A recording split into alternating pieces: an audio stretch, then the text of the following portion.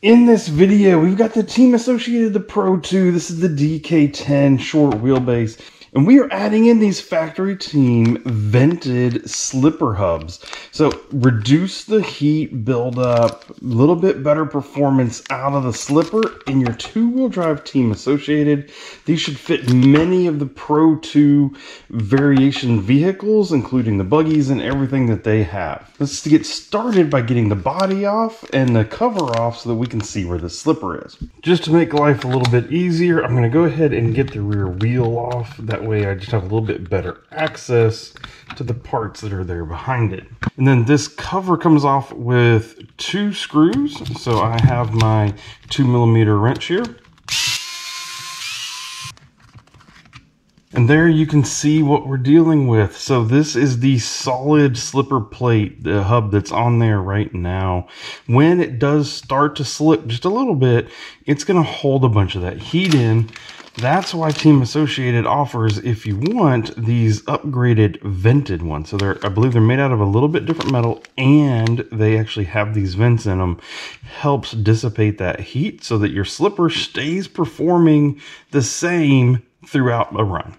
Our next job is to go ahead and start disassembling the slipper. It's going to be very important for 2 things. One, to note all the orientation and the order that everything comes off in. And then 2, to notice just how tight this nut is. Because this nut is what adjusts your slipper in your truck. And so the tighter it is, the tighter that slipper is, the more wheel spin you can get. The looser it is, the more it's allowing that slipper to slip and help you get traction. What I'm going to notice is that nut is basically right even with the end of the shaft. And so we're going to, if we want to keep the performance the same, we're going to put it back there. So I'm going to start, you have to hold the gear still with one hand. I'm going to start by removing that nut. And there's a washer here with the spring. So we're going to carefully take both of those off together. And then as we pull this gear off, it's going to bring that hub with it on the outside. Okay. And then there's the other slipper pad and the other hub here on the inside. There it goes. I have all the parts laying here. This is the order that they go on in the vehicle. And here's where we can compare a little bit better the difference between new versus old slipper pad. Make sure that it does look like, yes, they are the same diameter. Yes, it does look like the mounting is the same. So confirming that, yes, we do have the right part here. So all I'm going to do is just replace the old ones with the new ones as we're going. Now, one thing I want to make sure is if we put this all back together, really be careful that you don't get any grease or anything like that on these slipper pads. It'll really impact the performance. Slide new slipper plate on. This is a great opportunity if you want to change the gear ratio in your truck. While you have this gear off, might as well change it while you can. I'm pretty happy with this one so far, so I'm leaving the factory gearing on there.